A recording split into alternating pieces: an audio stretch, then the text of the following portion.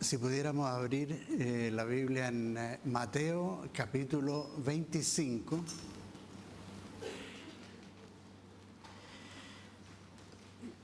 Vamos a leer del versículo 14 hasta el final.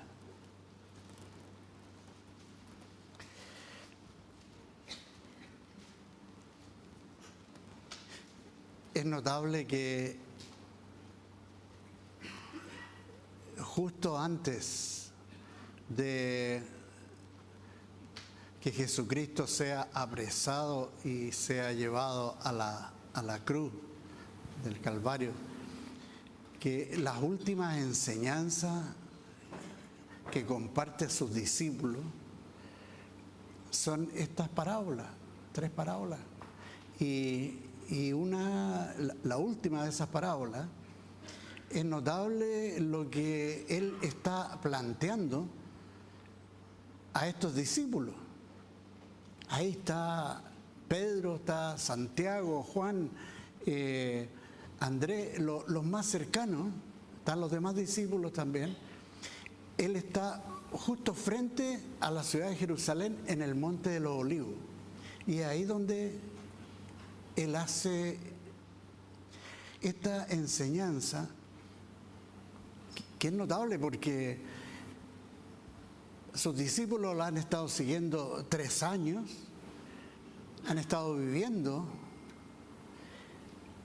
y es a ellos que les dice: cuidado, cuidado. ¿Están preparados ustedes para dar cuenta a Dios, al Señor, cuando Él vuelva? Vamos a leer la parábola y vamos a ir avanzando de a poco. Entonces, Mateo 25, 14. El reino de los cielos es como un hombre que, yéndose lejos, llamó a sus siervos y les entregó sus bienes. A uno dio 5 talentos, a otro 2 y a otro 1, a cada uno conforme a su capacidad. Y luego se fue lejos. El que recibió 5 talentos fue y negoció con ellos y ganó otros 5 talentos. Asimismo, el que recibió 2 ganó también otros 2. Pero el que recibió 1 hizo un hoyo en la tierra y escondió el dinero de su señor. Después de mucho tiempo, regresó el señor de aquellos siervos y arregló cuentas con ellos. Se acercó al que había recibido 5 talentos y trajo otros 5 talentos, diciendo: Señor, 5 talentos me entregaste, aquí tienes, he ganado otros 5 talentos sobre ellos. Su señor le dijo: bien, buen siervo y fiel, sobre lo poco has sido fiel, sobre mucho te pondré. Entra en el gozo de tu señor.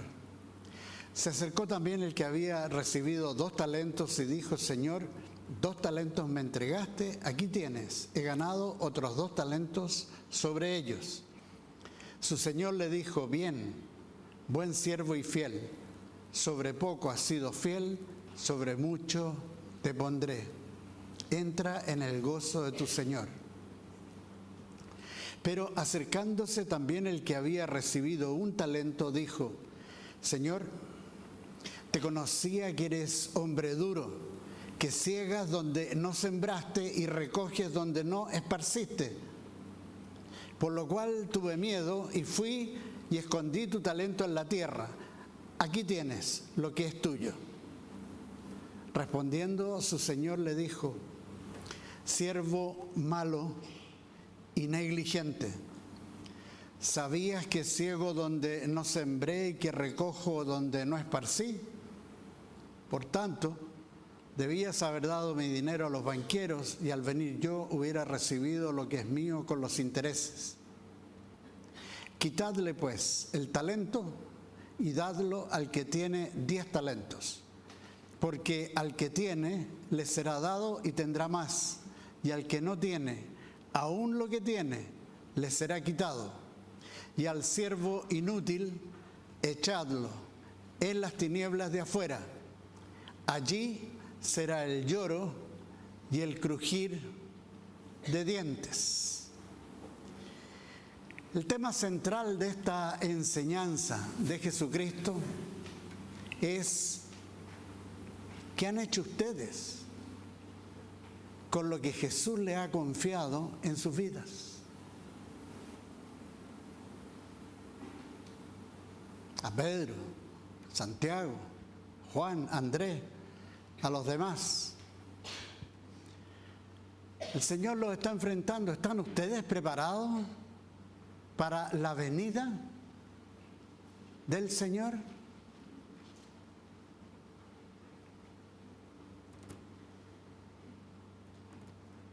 Ninguno de ustedes sabe cuándo esto va a ocurrir, pero están preparados. ¿Qué han hecho en sus vidas con lo que les he confiado? A cada uno conforme a su capacidad. ¿Qué han hecho? Después de 3 años con Jesús, le está haciendo estas preguntas.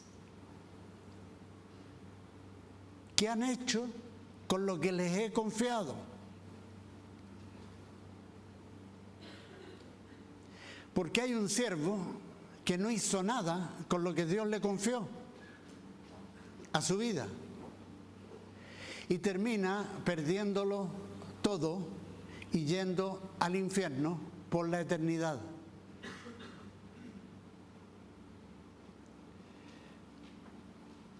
Si hay alguien que debiera estar seguro después de estar yendo 3 años con el Señor y viendo toda la cantidad de señales y milagros, son sus discípulos, de estar seguros. Y es a ellos que Jesucristo los enfrenta y les dice: ¿dónde están ustedes con lo que yo les he confiado? ¿Están preparados para dar cuenta de sí mismos cuando yo vuelva?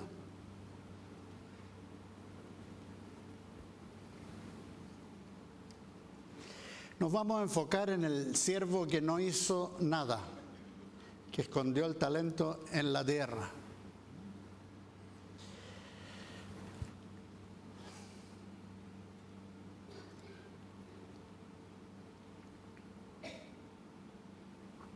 Su señor le dijo: siervo malo y negligente. Siervo malo y negligente.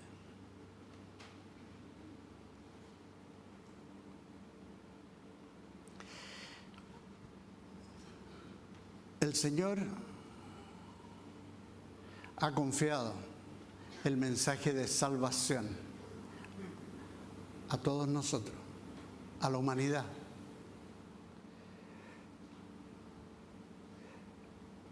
Es lo de mayor peso que nosotros podamos recibir en la vida: el mensaje de salvación.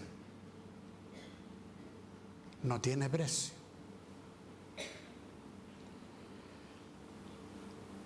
El Señor nos da un lugar donde ser parte de la familia de Dios. Y es todo un tema eso. Es Jesucristo el que decide.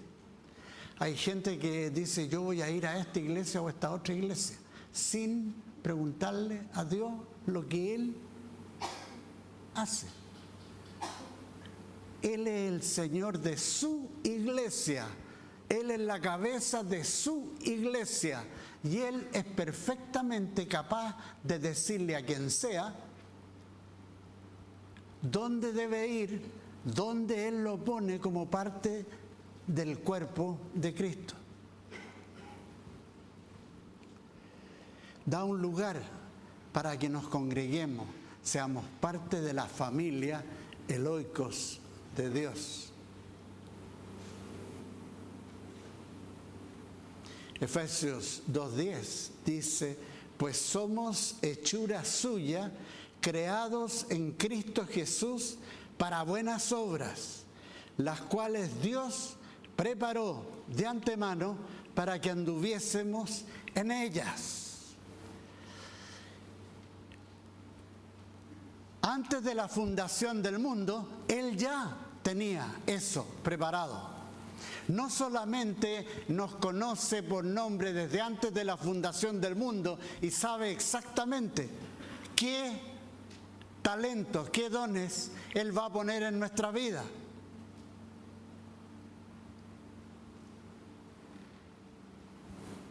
Sino que también Él dispone oportunidades para que nosotros entremos y hagamos las obras que son de fe, que son de obediencia a Él, para que andemos en esa y tengamos gran recompensa.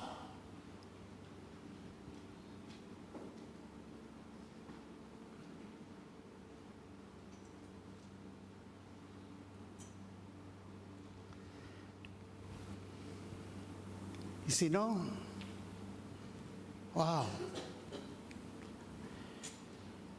antes de Cristo, ¿cómo éramos?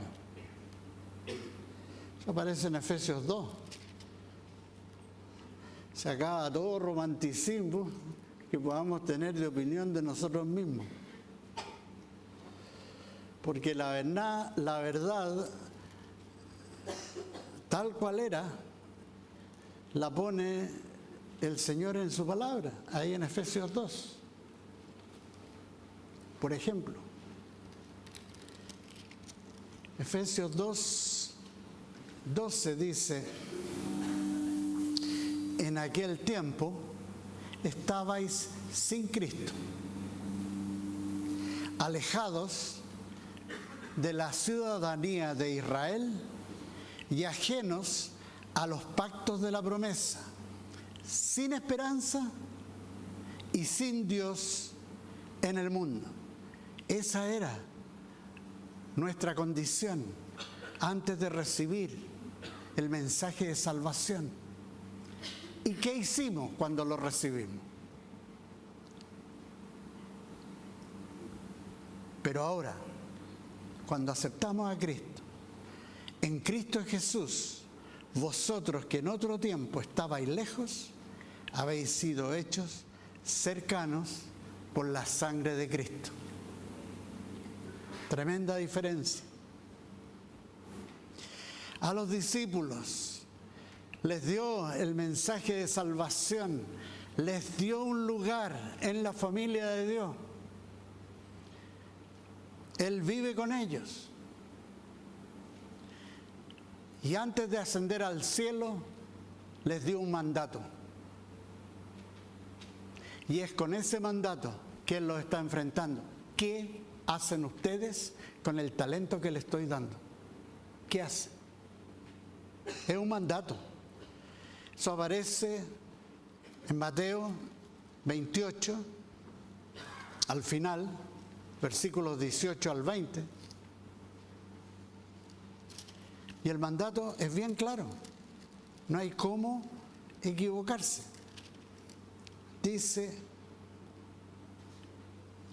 Jesús se acercó y les habló diciendo, toda potestad me es dada en el cielo y en la tierra. Por tanto, id y haced discípulos a todas las naciones, bautizándolos en el nombre del Padre, del Hijo y del Espíritu Santo, y enseñándoles que guarden todas las cosas que os he mandado. Y yo estoy con vosotros todos los días hasta el fin del mundo. Amén. ¿Qué hacemos nosotros con ese mandato? Lo que Él ha confiado a nuestras vidas. Distintas capacidades, somos todos distintos. Pero a todos nos ha confiado algo de lo cual en algún momento va a pedir cuentas. ¿Qué hemos hecho?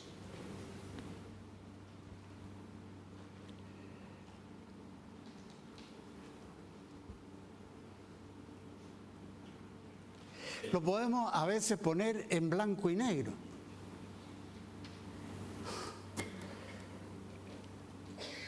¿Por cuál razón no llevas el mensaje del Evangelio de Jesucristo a los huérfanos? Gracias, Señor, que aquí en esta congregación hay... Emilia, ¿estás por ahí? Si puedes ponerte de pie. Emilia, y todos los que van contigo al ministerio de los huérfanos, que se pongan de pie.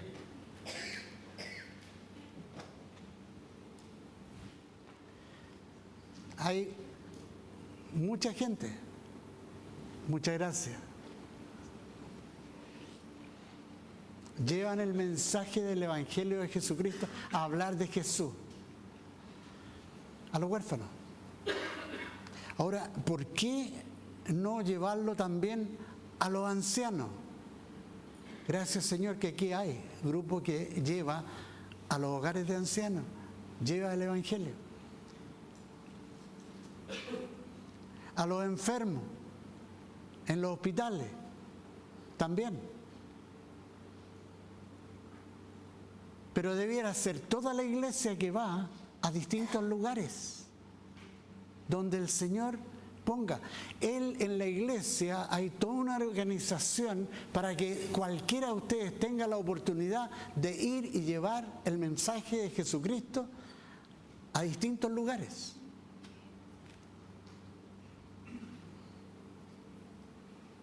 O a los que están en la cárcel. Es conmovedor llevar el mensaje del amor de Dios a personas que están en la cárcel, en situaciones tremendas, desesperadas. Y que uno pueda ser usado por Dios en esas condiciones. Eso agrada a Dios. Hablar de Jesús. Pero hay uno que se quedó nada más en el hecho de seguir a Jesús por 3 años, mirar todo lo que hacía. Es como ir a una iglesia hoy en día. Hay gente que dice: yo soy cristiano porque voy a la iglesia los domingos. Pero ¿y qué hace el resto de la semana? ¿A dónde está llevando el talento que el Señor ha depositado en su vida?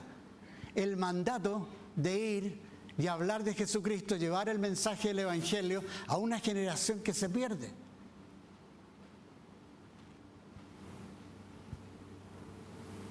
A esa persona que no hace nada, que se queda escuchando.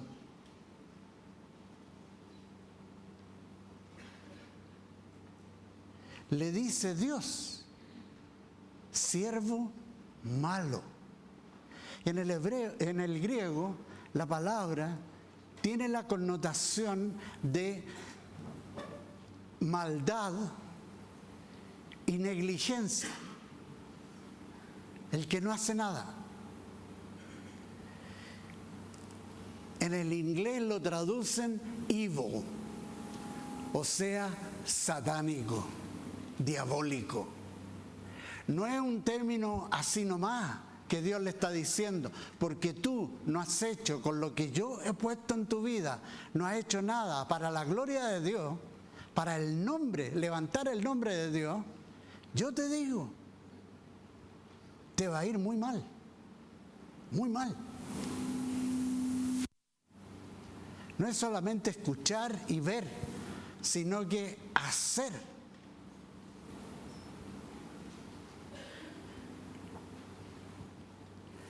El que es negligente, este siervo malo, con lo que Dios ha invertido en su vida, expresa, trata de justificarse de la manera más increíble, porque enuncia un concepto malvado del carácter de Dios. y aduce temor. No he hecho nada por temor.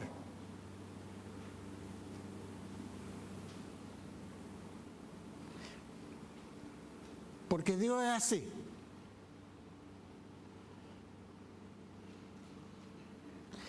Es tremendo lo que la Biblia enseña con respecto a gente que no hace nada con lo que Dios ha puesto en sus vidas.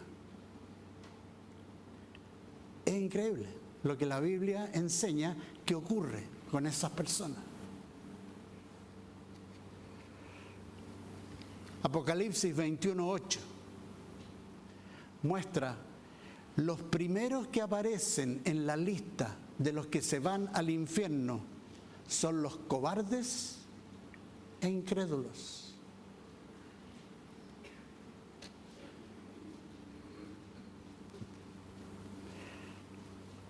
¿De qué temor está hablando ese siervo malo?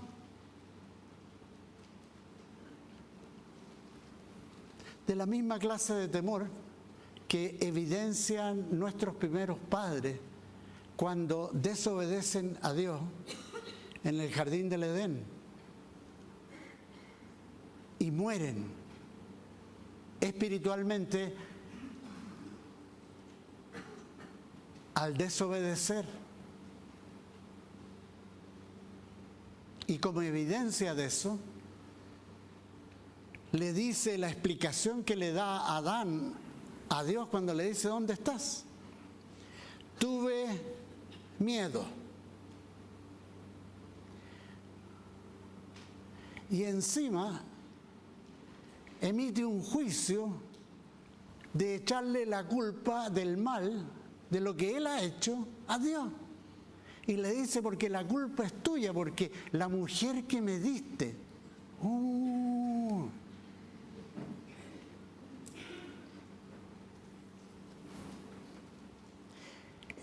Es un temor malvado, es un temor inducido por Satanás.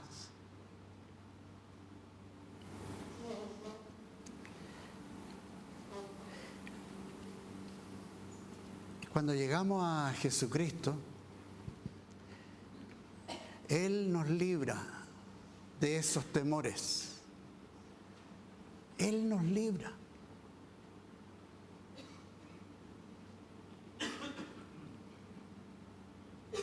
Y en vez de temor, pone gozo en nuestro corazón.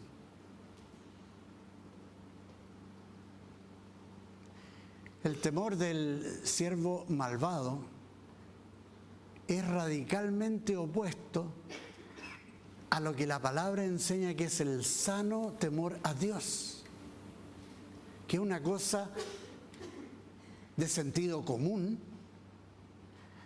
de sensatez.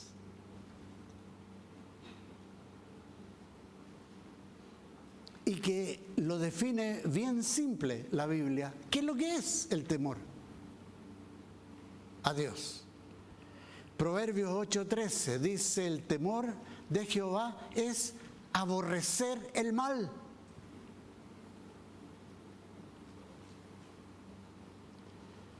Amar lo que Dios ama y aborrecer lo que Él aborrece. No al revés en el mundo, que ama lo que Dios aborrece y aborrece lo que Dios ama.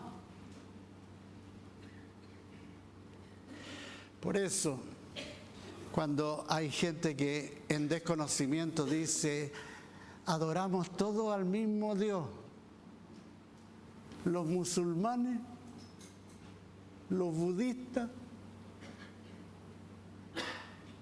y los cristianos. Perdónenme, los budistas están perdidos porque miran para adentro, tratando de encontrar soluciones. Ya uno sabe que están perdidos. Pero los musulmanes, si ellos aman lo que Dios aborrece y ellos aborrecen lo que Dios ama, no es el mismo Dios. No es el mismo Dios de la Biblia.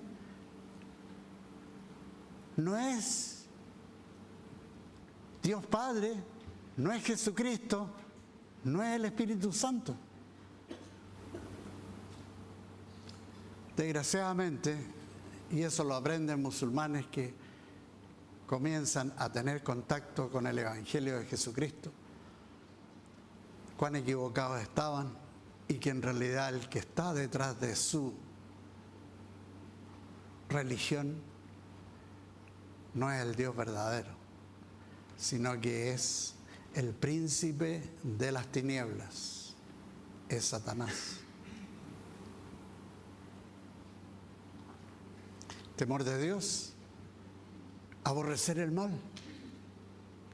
La soberbia y la arrogancia, el mal camino y la boca perversa, aborrezco. Entonces, hay que tomar control sobre esta cosa del cachai. No puede ser de que una persona que es hijo, hija de Dios, que tiene el Espíritu Santo en él, hable de esa manera, hablando tan mal, hablando como la gente del mundo. ¿Para qué vamos a hablar de garabatos?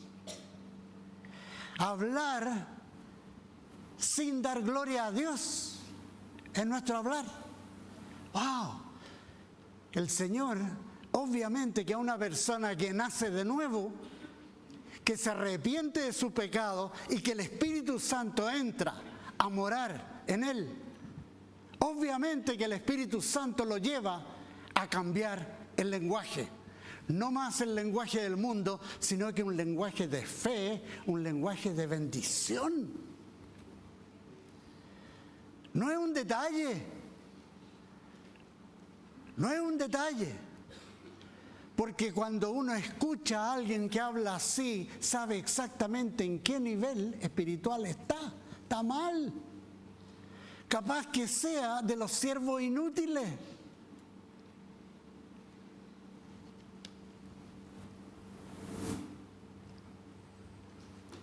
En Proverbios 1:7 dice, el principio de la sabiduría es el temor de Jehová.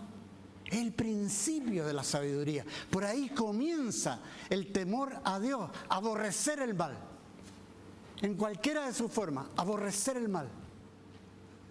Ahí comienza la sabiduría de Dios. Qué amable, qué pura, qué pacífica,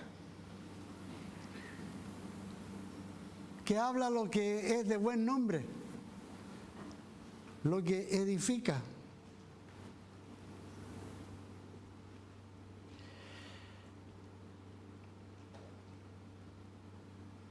El temor de Dios sano lleva a cualquiera de nosotros a apartarse del mal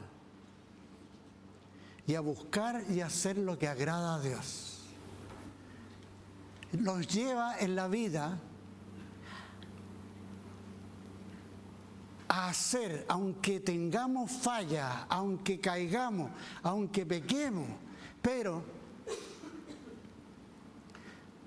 tenemos en la palabra de Dios ejemplo de gente que tuvo tremendas fallas en su vida, como el rey David, pero tenía un aspecto que hacía toda la diferencia. Temía a Dios. Y la manera como él demostraba el temor a Dios es que antes de tomar decisiones le preguntaba a Dios, inquiría de Dios, esperaba en él hasta que tuviera dirección de él. Y a veces podía ser con cosas tan simples como me voy por la izquierda, me voy por la derecha. Que parece que esa es toda la filosofía de la humanidad hoy en día. ¿Usted es de izquierda o de derecha? No. ¿Por qué en vez de preocuparse de izquierda y derecha no se preocupa de arriba y de abajo?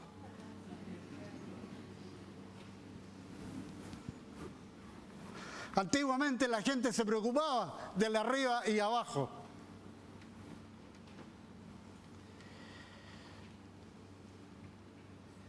El rey David inquiría, Señor, ¿qué hago?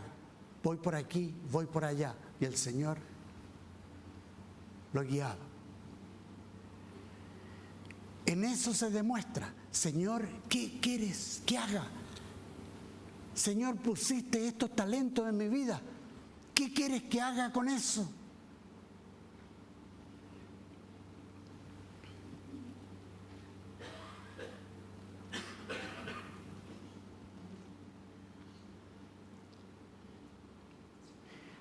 En distintas áreas. Él nos ha confiado cosas de peso. Y Él requiere que lo usemos.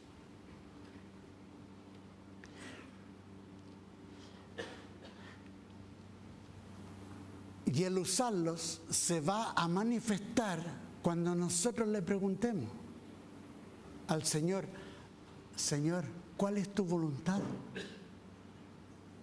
Señor, aunque todavía no lo tengo muy claro qué he de hacer, pero yo quiero hacer tu voluntad. ¿Cuál es tu voluntad?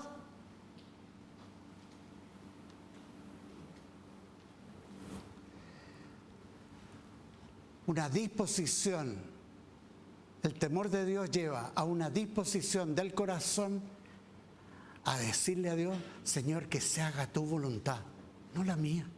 Señor, que se haga tu voluntad. Lo que Él quiere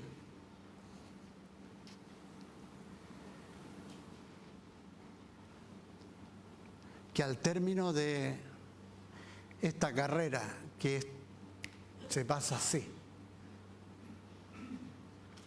y que puede terminar en cualquier momento si el Señor viene por su iglesia, los que son de Él se van.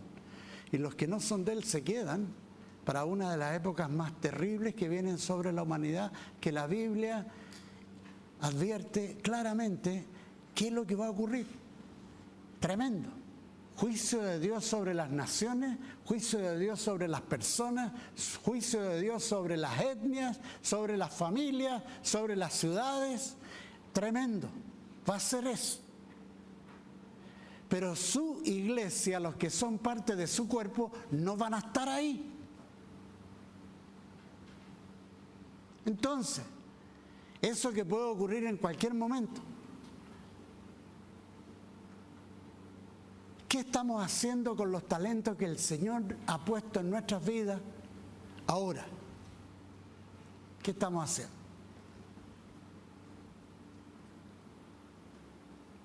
Esa es la pregunta que Jesucristo le hizo a sus discípulos.